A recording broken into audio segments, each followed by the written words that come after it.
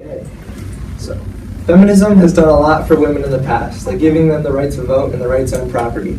However, feminism isn't about gender equality anymore. For many, it's just about gaining victim status.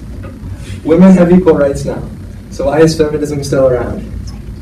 So through disproving the wage gap and rape culture myths, the fact that they ignore men's issues, and how they are needed in third world countries, you will see why feminism is not needed in Western society. Alright. So I'm sure many of you have heard of the wage gap, how women make 77 cents for every dollar that a man makes.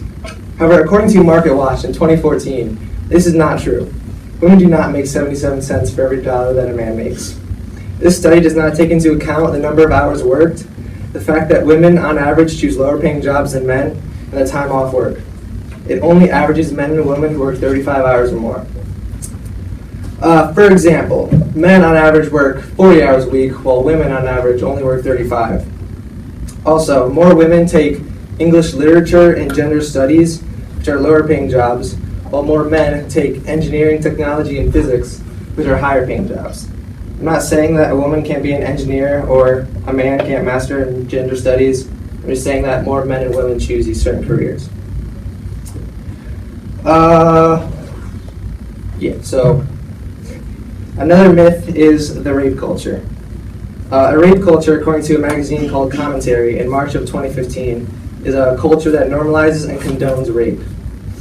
To back this up, feminists say that 1 in 5 women are sexually assaulted during their college years. However, this study shows that many consider kissing or rubbing up on sexual assault. So if a man kisses his girlfriend and she could not want to be kissed then, she could consider that sexual assault.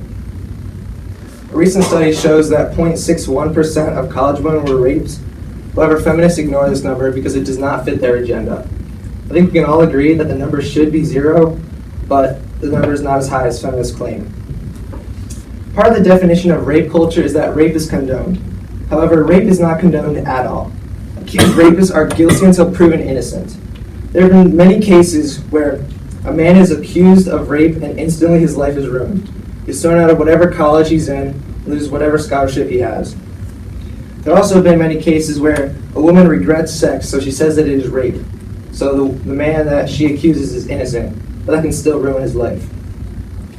Feminists claim to be for gender equality, yet they ignore many of men's issues.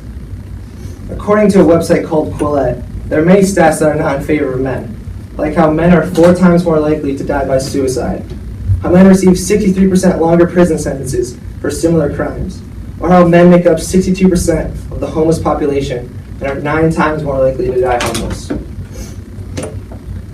They believe in this thing called male privilege, which is the belief that simply being a man gives you an advantage over a woman.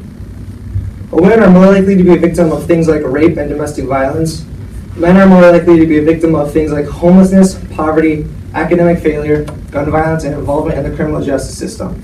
If male privilege really was a thing, men wouldn't have half or any of these issues. Believe it or not, there is actually a place where feminism is needed, and that is in the Middle East and countries that support Sharia law. According to a book called Islam, Sharia law basically just oppresses women. It forces them to conceal themselves with hijabs and only to be seen by their husband. If a woman is raped, she's the one who is punished, not the rapist. It's because they believe that the woman gave the man lustful thoughts, so it's her fault for doing that. Punishment can be being stoned to death, whipped, hung, or pretty much any act of physical violence.